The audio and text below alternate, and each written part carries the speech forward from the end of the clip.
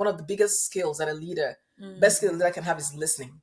You need to listen to the people that you're trying. What is their perspective on the problem? What do they think are potential solutions? And then you bring up your solution or your ideas in the context of that conversation so that you're arriving at a solution together and it doesn't feel like, oh, you just came from DC or you came from wherever and you're coming in to tell us what to do. I think that's one of the biggest challenges with health programs. In public health, a lot of it is behavior change. Nobody wants to be told what to do. And so you've got to be able to communicate it in a way and engage people in a way that they feel like they came to the solution together. They're agreeing that this is the right thing to do. And it doesn't feel like somebody just came in and is telling them what to do. I am so excited to, have the opportunity to engage with someone who I have come to deeply respect and someone who I have come to see as a source of, inspiration in my leadership journey in healthcare. And, I just want you to guys to just relax, sit back and listen to Dr. Idong as she share with us a journey. It's funny how you can sit down in a podcast and download somebody's 26 years experience by just listening to a 30 minutes or a 40 minutes podcast. And, I just also want us to appreciate the value of the experience and the lessons that Dr. Idong is bringing to this discussion because it's not something you can buy for money. We are going to learn some of the lessons Dr. Idong has, learned in the journey of leading in healthcare. This local leadership podcast series is really not because we don't understand what leadership means, but because leadership in healthcare it's very different from leadership in other sectors. So the way you lead in a tech company is different from the way you lead in healthcare because you have human lives at stake. And so today I'm so honored to have Dr. Idong, who is going to be sharing with us. Over to you, Ma. Well, thank you, Ezine. It's really a privilege, honor to be on. I appreciate the invitation. And it's been great getting to learn about you and your career as well. And I think it was great the way that we met. I think this is gonna come up in the course of the conversation about having the courage to just reach out to people because that's what you did. And we connected and found areas of, shared areas of interest in that. So I'm Dr. Idong Essiet-Gibson, and I'm the principal founder of the Ideas Group, which is a public health and global. I call it a global health and scientific consulting company out of Silver Spring, Maryland. And my background is in government. I spent 26 years in uniform, starting out with the Army, where I was in biomedical research. And then I moved into the US Public Health Service and I went into public health program management. So that was shortly after I got my PhD in public health from GW. But my undergrad proudly is from Nigeria. I graduated with a bachelor's in biochemistry from the University of Uyo. And then I moved to the US and then I got my master's started with a master's in technology management because at the time I was full time in the Army. Really? Online stuff didn't exist back then. There were only very few schools that would let you do school at night. And so I had to take classes at night and I got a master's in Wow. technology management. And at the University of Maryland, so back then it used to be called University of Maryland University College, but it's now known as University of Maryland Global Campus.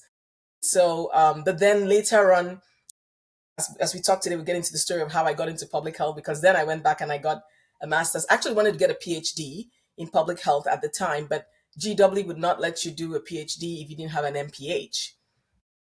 And so I had to go back and get an MPH at GW. So I got I hope I didn't say that wrong. Yes, I got an MPH at GW after I got my technology management degree.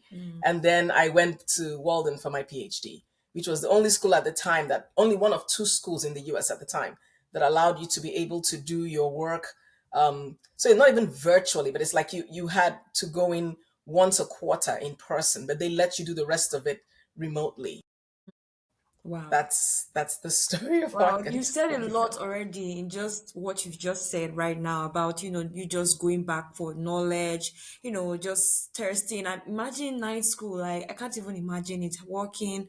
And then Oh after yeah, full work, time. go and go back to school and do the night. I can't wait to dig into that story because I'm sure that you probably have learned a lot even in your journey. And we have it's great for us now that we can use a device to just take a course and you're already certified. But thank you, Dr. Idong. You're definitely your story is already inspiring me. I've not even heard about it, but definitely that 26 years, I'm sure there's been a lot of ups, down, and everything. And it's so easy to talk about it now because you've gone through it, but really it's a journey, and that's why this local leadership you just learn from your journey, the mistakes, the blessings, and everything. And so thank you for sharing sharing that with us.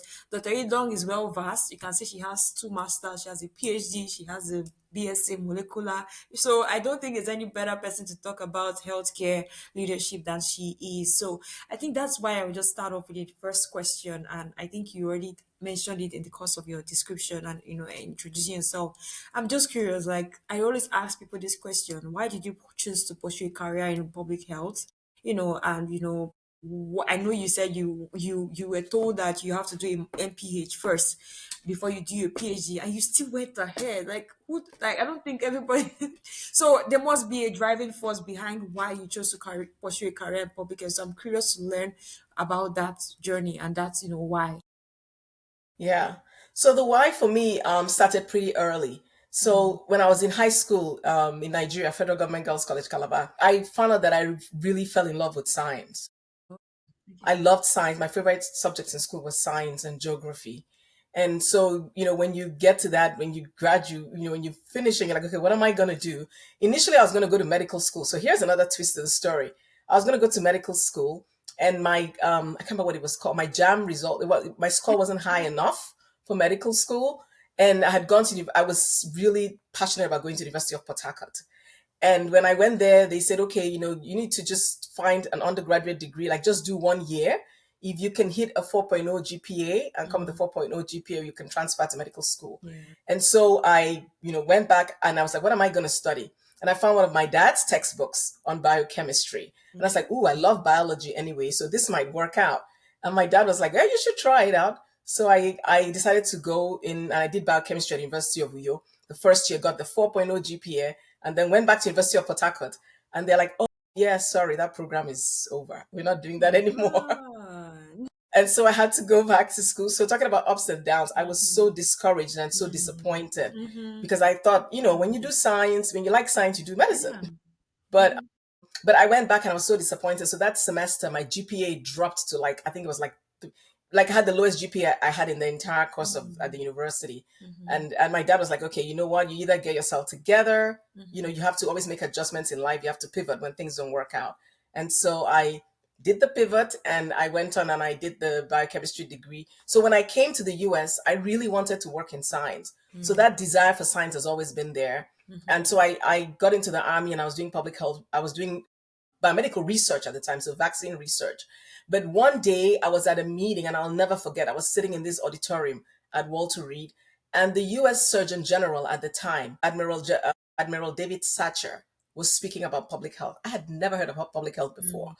And I was like, okay, wow, this is interesting. So to me, it was like, okay, this is the application of the Mhm. scientific discoveries. Like you Mm. now take the science and you now apply it in real people's lives, and you can actually design programs to leverage the science and make change. And I was Mm. like, okay, this is it for me. And so that was why when I was told that, so I was already working on my master's in technology management at the time. But Mm. when I found out about public health, I was like, okay, I really want to do this. And so I decided Wow. to go back and get it. Wow, that's that. I think you said it. In fact, this question alone has a lot of insight. I feel like every young leader or anyone who's aspiring to do great things in healthcare can learn from.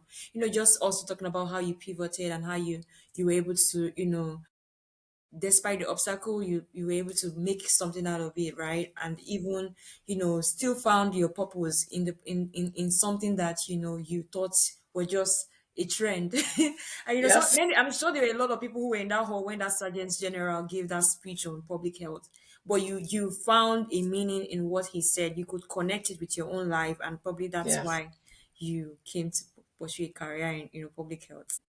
Yes, that's it totally. Yes, I That's already it. see who I'm going to send this podcast to because I already have someone from you. Honestly, I'm serious. Like he also wanted to study medicine, but he got into anatomy and he's now done. And it's like I want to do public health, so I'm sure he can get inspiration from your journey and definitely how we can pivot. I'm just curious to know also, like, well, you said you started a program in technology management. What was that about? Like, was technology a thing back then? And I because I know that's what you currently do, in terms of like helping startups. And just curious to know why you chose after your bachelor's. So let's get this in perspective. So this is Okay. like back in what, I don't know, it was like Hmm. 96, 97. So Wow. a gazillion years ago. Technology wasn't like really, well, I mean, no, the internet was out back Hmm. then. So at least from my perspective, I was using a computer at work and we're using the internet. Internet had just come out. AOL was a thing. And so when I saw this degree in technology management, but it was with a specialty in environmental and waste management. So Okay. I had done an internship at Mobil and Shell when I was in Nigeria doing my undergrad. So I was like, okay, I've always thought environmental sustainability has always been interesting. But the real reason, the other real reason was because I was active duty army and I couldn't afford to go to school full time.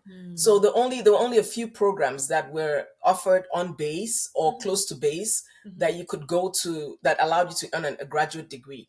And so looking at all the things, the closest Oh. thing that was close to what was of interest to me was technology management. Mm. And then because you had that environmental and waste. But I'm glad I did it because you're right. Today it's very applicable to what I'm doing. Absolutely. So God works, right? He works everything out together. Yes. And I'm just maybe to ask my next question because I think this is very real. Like, if you take that bottom down look, right, from where you are currently and you are looking down to where you were when you finished your bachelor's or maybe when you were taking that course in technology management, what would you say are those things you wish you had told yourself, right? And I know this is a very reflexive question and we didn't really talk about this, but it just came up as a result of this conversation. And I feel it's very important because you just said something about moving from and looking at what you're doing right now. Because most times we don't connect the dots until Absolutely. we are already there. So like I just want you to Yes. take that 360 view. You are currently 26 years in this industry and you started that career, you're just coming to probably to that speech like what would be those things you wish you had known or you wish you had told yourself back then? I mean, I think definitely that first thing I would tell myself was like it's gonna be okay. Mm. Because I was always concerned about not making the right decision. So I'm a bit of an A plus personality, so I overthink things. And so I was, like I was always worried about, am I doing the right thing? If I'm doing this environmental waste management, what does this mean? Is it going to impact my career? Like, am I Mm. going to be able to get back and staying in science? And so it's yeah, I would tell myself it's going to be okay. And I would also remind myself, like, we always talk about, oh, we trust God, trust God, trust. Like, this is like trusting God that, okay, even if something doesn't look the way that you think it should, but trusting God that it's going to come out okay on the other side. And so for me, I mean, I was a very determined person and still trying to hold on to it now in this stage of my life. But I was always very determined. So if I set my mind to something, I was going to get it done. And so, yeah, so I think the only thing I'll tell myself then is that, it's going to be okay. Like, Mm. just keep doing what you're doing. Yeah. The paths will come together Yeah, even eventually. with a nice school and how you were able to combine that, I just can't figure my head around it. So, but yeah, it's like you said, it's gonna be okay, and you're okay now. So, Exactly. Exactly. okay, it So paid yeah, off. when you're in the pit, when you're in the pit, you think you can't get out. But Mm. it's that perspective of just having faith to know that, okay, I'm putting in the work. So God will make a way. Like something is gonna work out. So yeah. Yeah, so everyone, Dr. Idong has given us a 26-year circle view, 360 view, and I think every leader has picked something. It's gonna be okay, I also think I need that too. So thank you, Dr. Idong, for sharing that with me. And I think, your journey is very inspiring in the fact that you never took no for an answer. Even when you were told you have to get a master's, you still went back. I mean, it's not everybody that would, if I was the one, I probably would think about it twice. I have to do a master's, I will not come and do a PhD. For what? So definitely it shows that you are somebody who really wanted to do something in public health. And I think that's enough motivation, that has kept you in your career. So I'm just curious, Dr. Itong, you have a master's, you have a PhD in international health policy.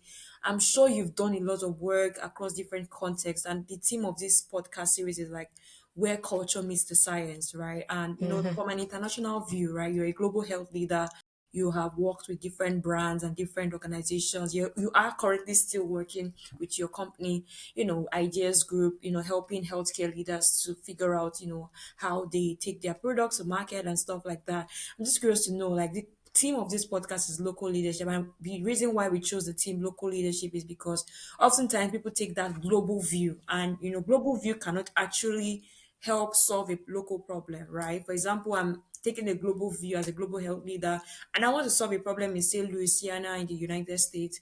The way I will solve it might be different from the way I solve it in Nigeria or Ghana. So I'm just curious to know what local leadership means to you, right? In terms of as a global health leader, how would you define local leadership?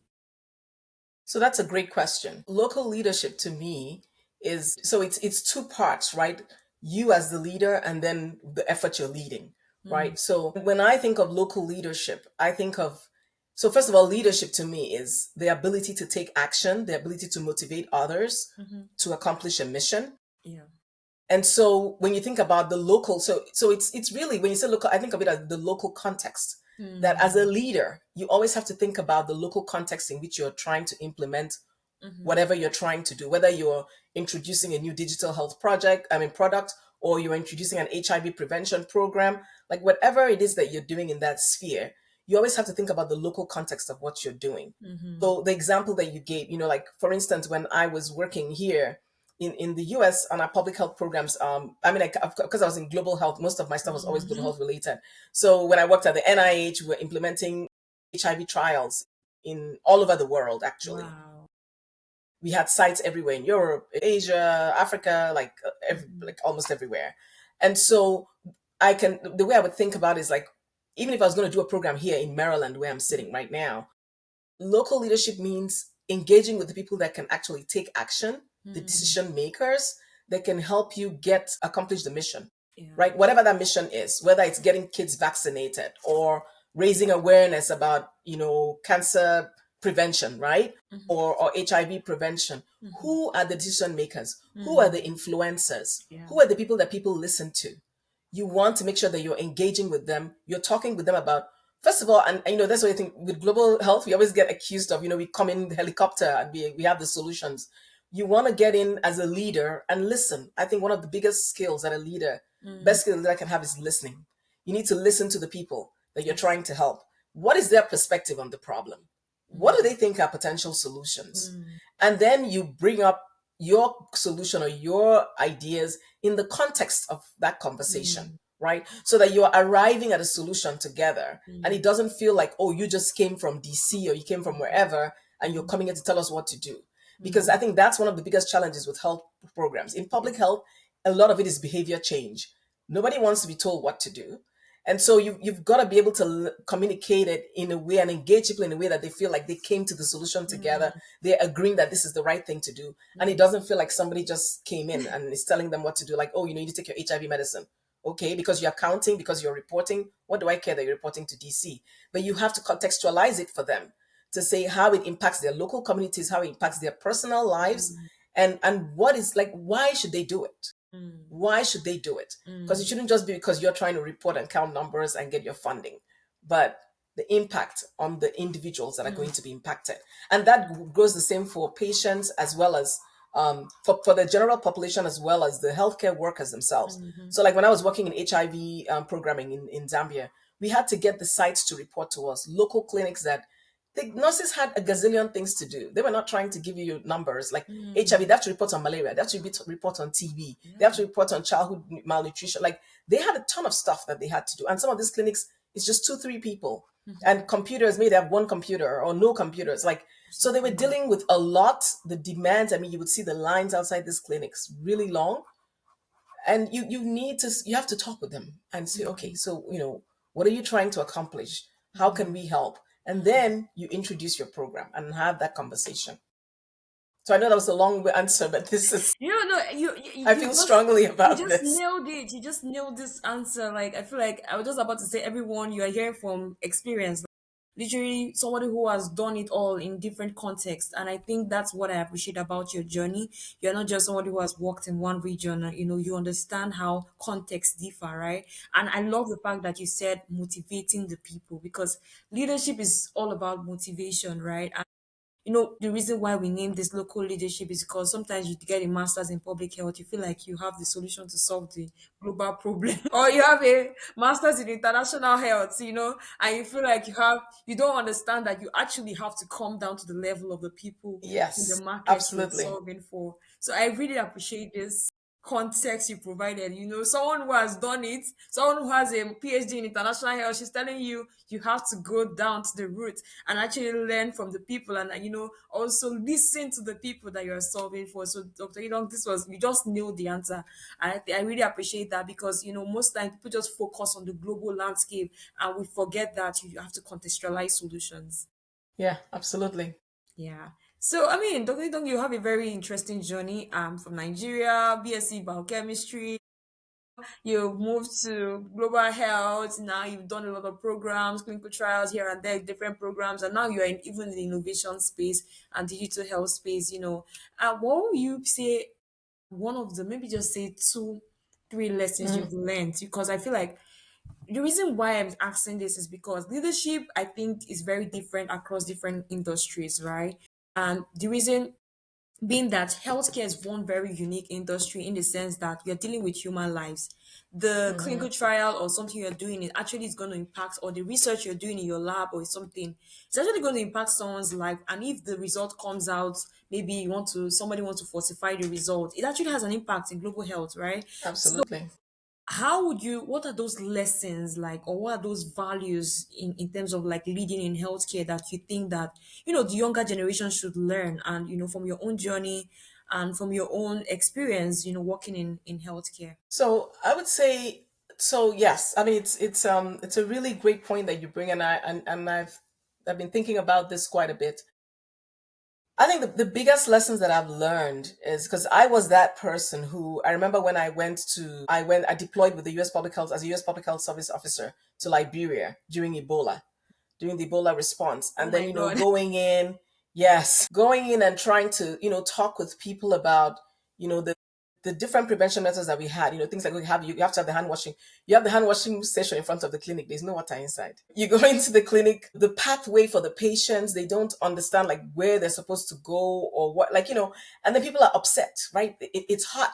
You're sometimes people have been sitting outside for hours before they get called inside the clinic to actually get seen by the physician, and then they have these heaps of paper.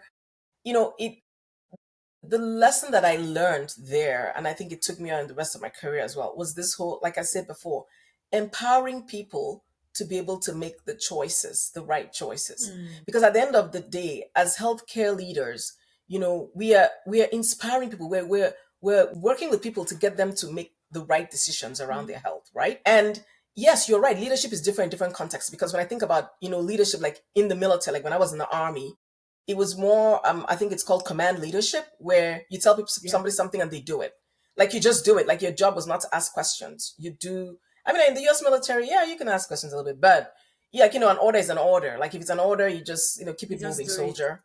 Yes, but I think as a global health leader, as a public health leader, you have to have empathy. So Hmm. I always have I people who know me have heard me say this quite a bit. I always say we've got to put the care back in healthcare. Hmm. Like, people need to care. You've got to care. I honestly believe that if you don't care about people, you really shouldn't be in public health. You really Hmm. shouldn't be in health at all. Because you're right, it's human lives, right? The decisions you make, your decision to falsify a number on a report, your decision to ignore this patient that's sitting out there and sitting out in the sun all day and has just finally made it in, or your decision to ignore this person because they're not speaking clearly, or they're not speaking in a way that, or you're annoyed or you're tired or whatever. I really think empathy is critical. So for me, I would say I learned the importance of empathy, and I am a big proponent for that we've got to put that care back in healthcare. And that's in public healthcare, it's in any kind of health. Anytime you're interacting with people's health, I think that you should care. It's fundamental. And I think that will make the difference. Because even when you're designing the programs, if you care about the people that you're working with, you're going to engage them in it, and you're going to try to find the things that work for them. And the co-contextualizing thing, like, it's absolutely critical. Like, you've got to bring it home to them, why it's important for them to, and how can you fit it into their daily lives. That's another thing we learned when we're doing HIV Hmm. work, with HIV treatment, trying to get more people to stay, because we had a lot of issues with loss to follow up. People were not taking the medicine, but why are they not taking it? We have the conversation and you find out that, oh, no, I have to keep it at home because I don't want people to see I'm taking HIV medicine, or the container I'm giving in shows that it's HIV medicine, or like the clinics. So we even had to change our clinics and make them integrated to address issues of stigma, of HIV, stigma around HIV. to make sure that people come, because people knew that, okay, if you go to that clinic, that's HIV clinic, that means you have HIV, versus, oh, you're just going to the clinic. And then, yes, the sections and the doctors speak to you on the specific things. So things like that. So I would say empathy, understanding local context, and contextualizing whatever solution you're bringing. And that applies to digital health too, Mm-hmm. like Mm-hmm. digital health tools. Like, it Yeah. doesn't matter what it is. Mm-hmm. So, Wow. All I'm just hearing as you're talking is experiences. I'm just hearing experiences. I'm just like, no, this is experience speaking because you're just quoting things. And I think that is very, very, but that's the beauty of, just having the opportunity to learn because I feel like that's transgenerational experience and how things differ from your yes. age to our age and to, generational differences in leadership. I think it's very important to pass that down. That's why one of the aim of this podcast series, to just hear from, learn from leaders in healthcare. I think you said it is something very, very important. We have to put the care back in healthcare. I think Yes. I need to write that somewhere and maybe like Chris. Maybe you could write the book. We Because can we can co-author the book oh together, yeah, we putting the should. We care should back in actually. healthcare. We should actually write a book about that because I feel like right now you hear, especially back in home in Africa, you just hear people go to the hospital and then nobody's caring about them. You just leave them there to die and stuff like that. I think we actually need to bring back that empathy, right? I think sometimes we healthcare workers, nurses, and doctors alike, they just get so cold and you forget why they came into the profession to save lives. So I think that's very important. We need to make that quote. Actually, we'll make a quote about that. Yeah, I mean, I will put a caveat because I don't want to upset my fellow healthcare workers in the Hmm. sense that I know that with a lot of, particularly in those resource constrained settings, Yeah. people are overburdened, they're tired, they're overworked, sometimes they're Hmm. underpaid, and all of that. But it's one of these things where I feel like it's almost like, to be in healthcare, I feel like it's a calling. And Actually, so that yes. allows you to be able to push forward Hmm. even despite the conditions, Yeah. to be able to take that minute to just see this person as a human being and Hmm. see what the care that you're providing to them, or the tool that you're providing Yes. to them, and see from the perspective of empowering this person to live a better life, because that's what my passion is for being in science and in public health, is to see people's lives improved. And so I think that when you have that, it helps you, it really helps you with that engagement, with Mm. whether you're engaging with the patient directly or indirectly because you are sitting in a policy office writing policy, but just remembering who the Yeah. end person is. Is putting yourself in your shoes definitely Yes. very, very, very important. And you said something that made me realize that you're actually that kind of empathetic leader. Because I don't know if I was being deployed, whether it's to say I'm going to do Ebola response, I will not go. Well, see, that's part of being in the military, because the military Yeah. says you will go, and so you go. I just using this opportunity to just, thank, just honor our leader in Nigeria, Dr. Stella, who was also like a leader who identified Ebola in a clinic before it spread around I the saw the country. movie. So definitely Yeah. that is leadership, just her just containing that experience. Some people would just say that like, "Ah, okay, let everybody catch Ebola." But, but she was a leader, she contained, and literally like you said, it has to be a calling because not everybody would do that. Like I don't think I'll just quit my job. I beg, please, I don't want to die. Definitely, that is what a leader would do, to risk their life and to save millions of lives. And I think Yes. the way healthcare is, particularly in pandemic responses, you never can anticipate. And we need more leaders like that who are bold. Maybe I will do that maybe because of my You mindset will. has In changed. the in that situation, you will. I think that, you know what they say, right? That it's in the fire that the fire purifies, and when you're in the fire, the good that's in you comes out. Yes, So absolutely. And I really appreciate that, you just saying that. I think that shows you are a very empathetic person. And even regardless of whether you were doing that as your role, but it's not everybody who would still do that, to go in a field where they know that they will be exposed to a potential virus that might cause death or something. So really that is what local leadership means, right? And empathy is very, very important. So thank you, Dr. Idong. I think you guys can see that she's the best person to talk to in healthcare. So thank you so much for sharing that. I think one other question I would like to, because I know you have moved from the public health space, which obviously is in healthcare, to, helping next generation of healthcare thinking, right? And I'm just curious to know, I know you're the founder of IGS Group, right? What inspired you to start that? And, how would you say that, aligns with, And I think we started this conversation talking about what ideas, what the concept of the name. So maybe you can just tell us ideas. Because for me, I was like, Well, Dr. Idong is a bank of ideas. Because I remember the first time I had a chat with you, you already gave me like four ideas to act on. I was like, okay, it's like if anybody that consults with Dr. Idong, you are coming out with ideas. So Ma, I'm just curious to know, like, why did you choose to do something within that space? yeah. So yeah, so the ideas group, I think we talked about the name before we started. So but Yeah. how I got to it was that I spent time in the army. Like I said, I started in biomedical research in the army, and then I went to the US Public Health Service. I did another 7 years. I was so by 2019, I had 26 years in uniform between the two Mm. services. So I was eligible to retire, and so I retired from active duty, and it was retired, and of course, My what was God. happening in 2020? Good old COVID. So stuck at home thinking, okay, what do I want to do? I knew that I always wanted to do something of my own. Mm. One, because having been in a very structured environment where I had to go where I needed to go, and I felt like, okay, I wanted to have an opportunity to choose what things I want to work on and who I want to work with them on. Like, really, that Mm. was my idea with starting the consultancy and advisory services. And so the ideas group, I was saying the name comes from, so my name Idong in Nigeria, people that have my name, usually they call you ID for short. Your friends or your family call you ID. And Exactly. ID is IDY.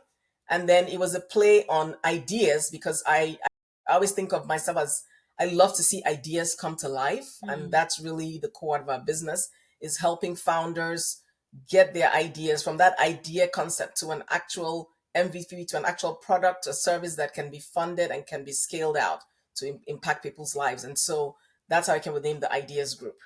And the goal with that is really to help move the science into actual solutions that impact people's lives. Because for me, at the end of the day, it's about improving life, improving mortality. So in public, we talk about mortality and morbidity, both. It's like, what can we do to improve people's lives? That's what gets me up in the morning. Yeah.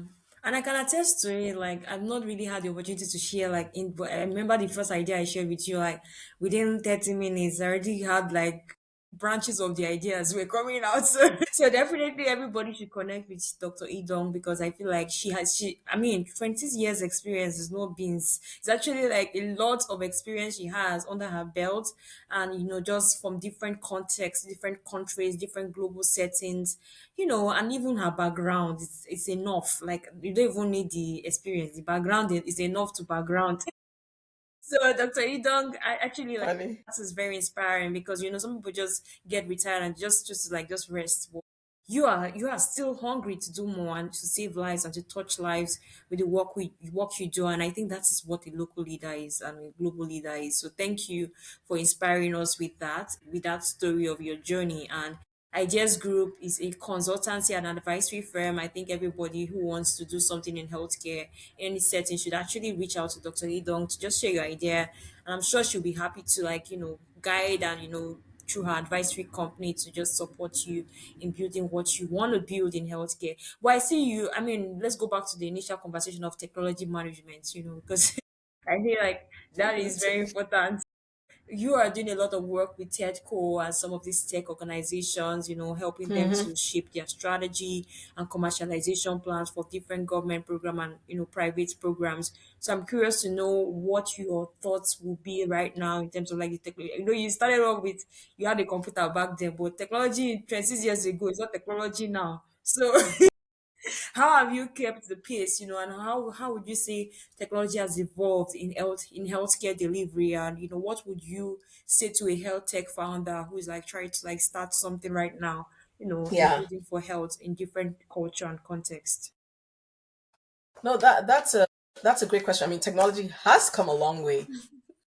I was teasing my son the other day. I was like, cell phones, like back in the day, we didn't even have cell phones. We had car phones. I nobody even remembers that anymore. Car phones were a thing. But technology has come a long way, and it's one of the things that gets me excited. It's one of the reasons why, like you talk about retirement. First of all, I was too young to retire and not do anything. But also, I am excited about technology. I'm Mm-hmm. excited about the possibilities because I always tease our fellow healthcare people. I say, our health, we are always the last to the party when it comes to technology. Because think about banks. when they started doing ATM cards, and I can't remember the last time I walked into a physical bank to do anything. Like it's been at least I'm sure like a good decade or something. Wow. Because you do everything on your phone. And so if we take that mindset and we think about health, a lot, particularly as public health professionals, we're about prevention, right? We're about promoting health. Mm-hmm. So if you think about how we can leverage technology to help people have agency over their health. So that's how I think about it. Like if you have agency, you have the right information, you have the right tools. Let's make it easy for people to do the right thing Yeah. when it comes to their health. And so if you look at technology from that light, it Yeah. becomes how can we leverage this technology to help us do that?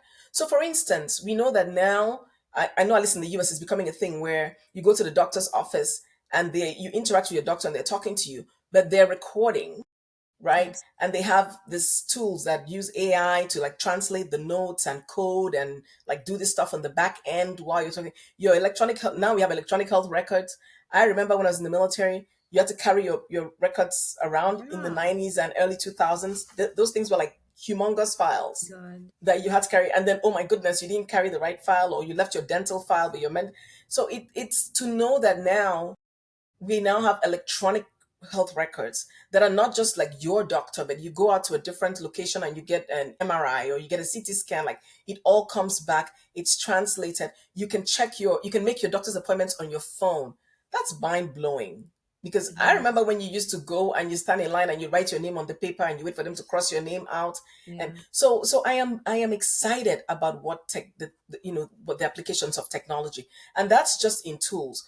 You go into life sciences, new drugs, new treatments that did not exist before because people are leveraging AI to be able to digest large volumes of data, clinical trial design. Like there's just so many applications. So when I work with TEDCO and the Maryland Tech Council and my work with She's Independent Investments, these are all, on the private side where they're making investments in these companies to bring these technologies to life, literally. But I'm really focused on early stage companies. So you have an idea or you have a prototype or you have a patent and you're trying to figure out how do I make this into a product? How do I get this, build a business around this? That's where I come in and I serve as an advisor to companies. So I serve as a board advisor, I serve as advisor to founders, I serve as a mentor through many organizations, but really to drive the science forward and get these solutions into the hands of people so that we can improve lives. My God, the beauty of reflection and just looking back. I really can't even imagine what life was 26 years ago without a phone, you know? You keep saying 26. Remember, I've done five more since then, so it's more like 30 Yeah. something. Okay, 30. So, It oh was my 26 God. in 2020. So that's like 20, 31 or let's say 30 something years. I can imagine. No, no, no. I really appreciate how honestly, Dr. Idong, aside the podcast, I'm just saying this because I really appreciate how you've embraced it because, despite the gap in the years of technology advancement, you are still playing in this space as not just like a Gen Z, you're giving I that should play a Gen Z, Gen Z. I Gen Z like vibe. that. No, Dr. Ethel, I'm serious. Like, it's not everybody who take up that challenge to actually advance themselves and, take up the space and like being an expert still in this field of technology and healthcare. I'm saying this because, I mean, 30 years is no small feat. Like, back then, and then you've grown through different trends, different Yeah. adoption. You've learned the Phases. lessons of what worked back then. I think there's a beauty in that because somehow you know what works for before technology. I know now what works for now that we have the technology. I think that is where the advisory energy I think everybody should tap into from because me personally, I'm already thinking about how I will even reach out to you because because it's very real. Like I honestly appreciate that the fact that you've been through different transitions of the innovation dilemma or the innovation curve and you've seen And what adoption. works. Yeah, you've Yeah. seen what works and what does not work. So definitely, I just want to commend you. Like, you are really a healthcare global health leader, not a local leader. So Thank thank you you. so much for sharing that. I really appreciate that. I think everybody should, actually like reach out into Dr. Idong if you are looking to build any solution, early stage, like you said, just to advance your idea and take it to people who actually need them. I'm sure, Dr. Yeah. Idong, in your journey of leadership, there have been some barriers, right? Or some challenges you faced. And, we cannot talk about leadership without being real, which is like the obstacles and some of the skill set you've had to navigate in terms of like embracing leadership roles, right? So I'm just curious to know, like, Hmm. what are those challenges you say, and what are those skill sets you think helped you in navigating those challenges? Because I feel like this podcast are for young leaders, mid-career leaders, who are just like figuring out how to lead in Yeah. healthcare. So what would you say challenges are to you in leading in healthcare, and how did you navigate your own challenges? Yeah, so great question. We've talked about the education part where I had to do the pivots, do two masters instead of one. But I think for me, the thing that has been the theme is, I would say, is resilience and Mm, persistence in the face of obstacles. mm. And that's both on the personal level of, oh, you have to go get this certification. Or like one of the things I did was I was one of the first people to get the Oh, project management professional certification. This wow. is like, I'm not even going to say, like, I can't remember when, but this was like early days Are you when serious? before PMI was trademarked. They need to send you a Like badge. early days. And so I was one of the first certified project managers at the NIH.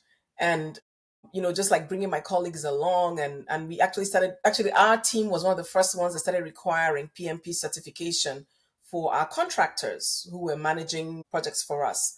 And so, coming from there, like the pivots I've had to make in my career, I think as a young leader, you have to see challenges as learning experiences.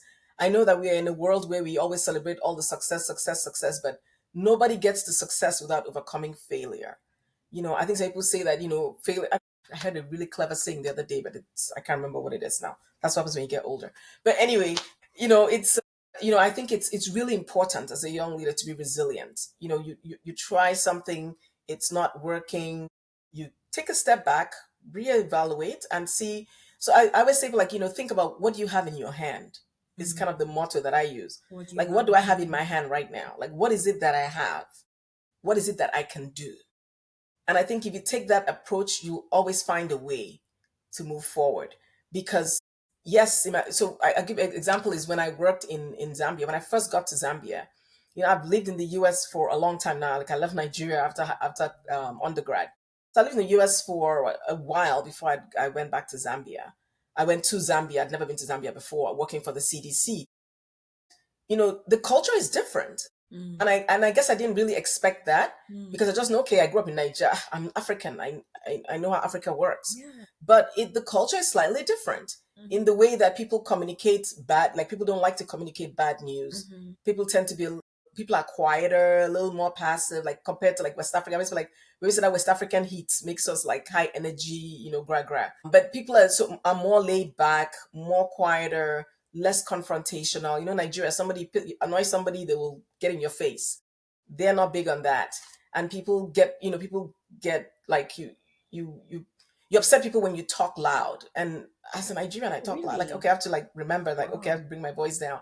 Yeah, so those were things that were unexpected. But how do you find out about that? It's observing, right? Listening. Because people were like, Dr. Idong, that meeting, you came across really hard. And I was like, oh, okay, wait, I didn't realize, like, I was just being me doing, but Mm-hmm. then, but as a leader, the self-awareness, right? Mm. To be able to say, okay, I was wrong. Like, recognize where you're at fault, Yes. and adjust, right? And then, because you have to get the trust of your team that you're Mm. leading, people have Yeah. to be able to trust you. And so that comes from them being able to. I always tell my teams, like, I don't like surprises. The only surprise I like is birthday cake. So unless you're getting me a birthday cake, don't surprise me. I want to know about the problems early. If you think it's going to be a problem, I want to know. I don't want to, because when it's bigger, it's much harder to resolve, Mm. right? But if Yes. I if you tell me earlier, we can kind of figure out a way to work around it or find a solution. Yeah. So I'm very big on communicate early. You know, failing is fine. Mm-hmm. You have to just see it as a lesson. Like, what did I learn from that experience? Don't let any experience be wasted. So the places where I made mistakes, be able to say, okay, I see what I did wrong here. And, oh, I need to get that training. I do that training. And Mm-hmm. all and one of the things I learned in the army was, you know, when you're gonna tell people to do something, you better be able to do or be willing to do it yourself. Right? Mm-hmm. And so if I'm gonna tell my folks to get out there and we need to go distribute whatever, I have to be willing to get out there with them and see where they are and offer encouragement and support. And so those are the things that that I would say have really helped me. So that resilience, that persistence, and that humility to be able to know that. And as a leader, you're not going to know everything. It just isn't Mm, possible. Like, we're human beings. Nobody knows everything. mm-hmm. So you have to be willing to learn, to listen. And when you do listen, people will tell you stuff that, you probably missed, or you wouldn't have known anyway, but it makes the whole thing better. And the last one I would say is value your people. Value your people, because people are your greatest resource. You can always get another program, you can always get another piece of software, you can always get another piece of AI, chat GPT, there's perplexity, but the people, you've got to value your people, because at the end of the day, you're depending on them to get things done. And so you've got to take good care of your people. My God. And I hope that I have done that in the life of my career. As people listen to this and they go, "But no, I remember her." But I've always tried to, like, support my people, whether it's Mm, in getting them trainings or getting them exposure. I think it's important, because then people can trust you. In the military, we always say that you want to be able to take the hill, but you've got to have people that are willing to take the hill with you. Because if people don't are not willing to follow you, you're going to be on the hill by yourself. So you've got to make sure that you're treating people well. They're not going to leave you hanging. my God. Dr. Idong, what you've just said right now is like a 2 days masterclass. My page is half full. I'm not kidding you. Like, it seems very easy to say these things, but these are things you've learned in your 26, 20 some 30 something years of your career, and you're still learning, and you're still even like experiencing. And I really appreciate the fact that you've been able to concise your learning in just few people just in 5 minutes talk, but it's actually a whole lot of experience that she's sharing with us, and these are skill set that people don't get by just reading a book. There are things you get by being on the ground and facing the hard times, the good times, and all. And I'm just curious, like, even as a woman who's a veteran, I can't even imagine like leading. I can't. I really there's a lot, especially in the cultural context, right? There's a lot that comes in between all of those things. You're a veteran, you're a woman, you're in healthcare, because women are naturally seen as natural. I was telling the person who was on the last local leadership podcast, she was sharing, I was like, women are naturally naturals, and you have to command people, or you have to lead people, and then you are a veteran, you have to get your work done, you have to, oh my God, you actually have done it well, and it's only speaks from the work that have come out from you. But I'm just curious, like, even in those roller coaster and those cultural, because it's very important that we bear in mind that these things are actually real, that the cultural Yes. context actually very real, like in leading in healthcare. Well, what would you say was your secret sauce, right, in staying grounded, right? Even when you had to get it done to just save patient life. What I'm because I'm very certain, and I don't know what you're doing. I'm very certain there were days where you were like, I beg, I don't want to do this thing anymore. Yeah. Yeah. Except if you didn't have those days, but how did you Yeah. stay grounded? Like, what would you say was your secret sauce? Yeah. I mean, one would say, so the truth is this, and I want people to hear me. Everybody has those moments. Not everybody talks about it. Because when I was younger, I thought the same thing. I thought people that were leaders and like in these big positions, they're perfect. They don't have any problems in their lives. Trust me, you have problems in your lives. You have family members who die from things that you think, okay, wait, that could have been solved. You have to deal with, working during the day and going to school at night, and sending money to your family in Nigeria, and like, so there's a lot that I mean, for me, if you want my personal, it's my faith. I'm a person of faith. I gave my life to Christ when I was at 14 years old at Federal Calabar, and never looked back. It's been, ups and downs, but ultimately that's the driver, because I've always believed that, and I am a firm believer that God has gifted everybody with gifts. We Mm-hmm. all have gifts, and as a leader, I always think about that, like recognizing the gift in my people and making sure that I'm giving them an opportunity to shine, giving them an opportunity to grow in those Yeah. things that they're good at. Like, I'm a firm believer in that. If somebody's good at something, give it to them, give them the opportunity, give them the tools. Let them get out there and get it done. So I just believe that God has a purpose for my life, and that there's no reason, if I'm suffering, if I'm going to, it has to be for something. Like, it's gotta be going somewhere. So that has been Your that was it. And I secret. have to say that being in the military was, it wasn't something that I thought or even planned or even expected. I Mm. got into the military because I wanted to work in science, and they were the only ones that were willing to give me a job Oh. working in biomedical research. And that's how I joined the army. And I never looked back because I was always able to find the next more interesting position. And so the training from the military too, I think also helped me because it was a very disciplined, like you learn discipline, you learn to endure, you learn to persevere. And those are skills that have helped me my whole life. And then you do a ton of leadership training when you're in the military. And that too, I think, has been a big part of my journey. Wow, this is very important because we need to be grounded in something. And I love the fact that you mentioned how your faith has played a part in your leadership roles. Like, and I think young people, you just sit down there like, oh, this person is my boss. She doesn't have trouble. She just doing Yes, a living lie. her life. So thank you for sharing that with us. I think that's very important to contextualize. So what would you say you would say to young people, like maybe people who are just very young coming out and want to aspire to like the journey you've been through in healthcare and leading in healthcare? What would you say to someone, maybe the younger Dr. Idong, what would you say to her, like if she was aspiring to the journey and the heights that you've achieved in your career?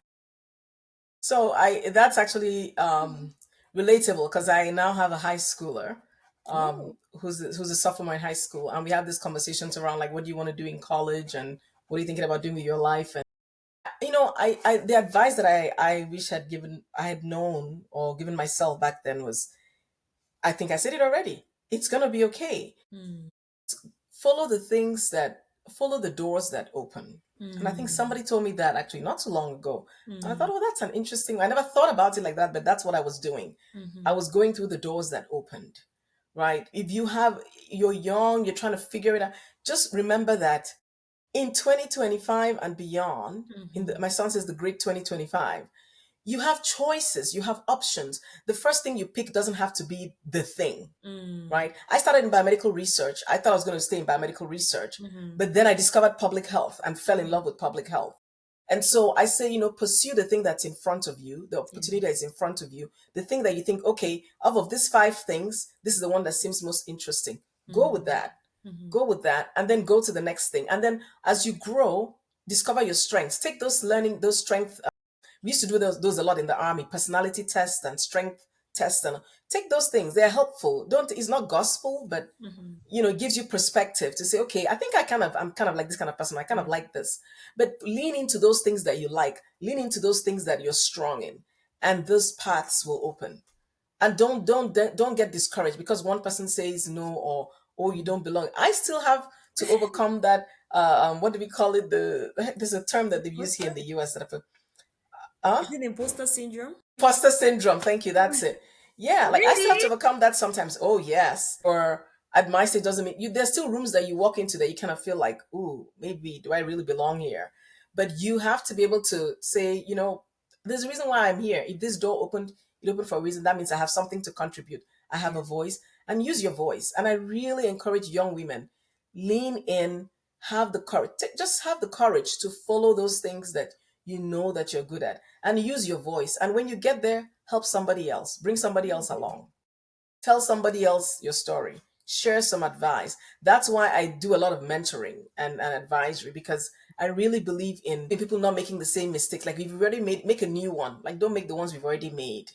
So don't reinvent the But this wheel. is, I will need to listen to this podcast again, like maybe six times, because they don't, you're just saying these things, but you don't know how impactful they are. Like, it's just dropping in my heart, the lessons you've learned. But I mean, I just want to wrap up, like, because of time. I know your alarm has just rang. But Yes, sorry. what would you say is that one, if you had a magic wand, because I always ask this question to all the people that come to the podcast, to change a problem in healthcare right now, right? What would be that problem you would want to solve if you had a magic wand? Funding. Hmm. Funding. And it's not just, we're thinking about funding for healthcare in, like where I work, in the African countries where, percentage of the budget for health is always so small compared to everything else. It's a problem across the world. It's a problem Mm, across the world. mhm, And I would, so if I could wave a magic wand, it would be for more investments to go into healthcare. Because at mm, the end of the day, we spend money on so many things, yeah. but health is life. Like, if you're not healthy, you don't have a good life. So Mhm. why are we not investing more into improving the lives of people? So that's where I would wave my magic wand. And Wow. that's why I am in the sector that I am in, now working with angel investors and private investors to try to get more dollars into healthcare. Mm-hmm. So it's not just only federal dollars and government dollars, but Mm-hmm. trying to also get individuals, private sector, to get more funding into healthcare, to get new innovations. I mean, to get innovations, developed into products and services that can help serve people's lives. Wow. I'm glad this came up because I almost forgot to ask about your angel fund because I know you have an angel fund. I don't have an angel fund. I'm Oh, okay. part of an angel group, and an angel group is basically a group of people who come together. So our group we pool money together and form a syndicate to be able to make investments in early stage companies. And we don't. So she's Independent Investments is the group I'm with, and the founder is Natalie Levy, who's out of Boulder, Colorado. So I'm just one of 100 plus women that are in the group, and we come together and we write checks in That companies is that we're very interested in, and we make an wow. investment in them. That is very. So In fact, I need to like Dr. Idong. You are a wealth of. You are a wealth. I'm so glad to have you in my corner. I'm so grateful.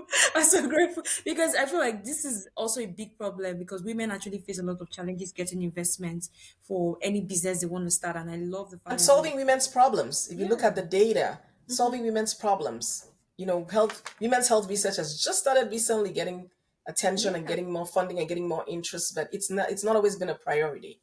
And so Absolutely. if more women are writing checks, it's more likely that some of our issues will be Be also prioritized. addressed and also be Yeah. prioritized. It's very important, and I love what what's her name, Melinda Gates is doing also in terms of like pulling investment for women health. I Yes. think that we've suffered a lot, honestly. Well, so thank you so much, Dr. Ida. This has been. We always end with one last question. What would you say is your personal quotes, or let's say your principle, for success that has guided your success? It could be a quote, it could be a principle that you've taken all along your journey. When you feel those down moments and the high moment, what's that principle or quote that keeps you going? I think I've shared quite a few today, but I think the one that comes up as you say that is the one about what do I have in my hand? Mm, So I always think, like, what do I have in my hand? What do I have in this moment? What is the one thing that I can do? mm, Because in those moments when you feel overwhelmed and there's just so much going on, or it looks like there's no way through, and you get the report that says, nope, you can't come to medical school, like we're done. Like, what are you gonna do? I always stop and say, okay, you know, mm, what do I have in my hand? What can I do? What is mm, in my power? What's in my sphere? So, and that helps me to like figure, okay, at least I just need to do one thing, and then the yeah. other things will come along. Absolutely. Wow. Wow. I feel like I got two quotes. So I'll make the two different quote flyers for you. Flyers The for one that, the one that stood out put for the me care was back in you gotta healthcare. put the care back in patient care. That is the one that I think is the fire. But this one obviously is what do you have in your hand as a leader to support local leadership in healthcare. And Dr. Jones, this Yes. has been a very I've learned a lot in this. My notepad is like 4 pages now with notes. And that's to tell you like just downloading your experience is a lot. I don't think I can. I'll have to just pause and go and rest more and just And then come ruminate back. on it and come back Be and listen funny. to it. Because this has just been so packed with so much wisdom and experience. You can hear it from your voice, what you're saying and everything. And I really want to thank you for, just the opportunity to learn from you. First of all, I'm the first person to learn from you before the other people will listen to the podcast. But definitely this has been a great conversation. I think I've learned so much about from your journey and just even you as a person. And I think one of the things that came out strongly for me was how, like, starting with the last two quotes, what do you have in your hand as a local leader? How do you bring people along? How do you build that Hmm. self awareness and emotional resilience? And like the theme of this particular podcast is culture. When culture meets science, how do you adapt when the Hmm. cultural settings change, despite the fact that your wisdom or your knowledge seems extreme. Especially Yeah. I think it's pretty hard, especially when you have a PhD. You feel like you know it all, and then you come to a local context that is not working. You have to humble yourself with that place of humility too. Yes. So thank you so much for sharing this. And I don't know if you have any last words, in terms of like just to wrap up the podcast for us. No, just to say thank you. I really appreciate the opportunity. I think that anytime you have an opportunity to speak into people's lives is a Yeah, privilege. And I hope that this conversation today was helpful to somebody, particularly young people, because absolutely. you've got the energy, you've got the time, you've got to make the change happen in the world, Mm-hmm. that every generation passes on to the next generation the Yeah. opportunity to make the world better. And I really hope that Oh those my who are God. listening are motivated to to find their peace and work in it. This So last thing thanks just again for having me. yeah, totally don't. I'm beyond. I should be the one thanking you. Like literally, I should send you a pack, just to thank you for just being here. Because I feel like it's not everybody that does that to share their wisdom with, from their lessons, their mistakes, their journey with people. And you just said something about we pass the torch to generations, and the younger generation would have to learn from the older generation. And older generation will also have to learn from the younger generation Yes. to change, to make sure that something is changing in how we've approached Yes. global health. So thank you so much. I think at this point we've come to the end of the podcast. This is the HSB Local Leadership Podcast series where we learn from leaders in healthcare who have done amazing. This is Dr. Idong. I think you should connect with her. You can find her on LinkedIn, right? LinkedIn, I think, Yes. yes. And then you can reach out to LinkedIn her is where you can company. reach me. Okay, so LinkedIn is the best place to reach her on. I Yes. don't know if LinkedIn and my website. okay.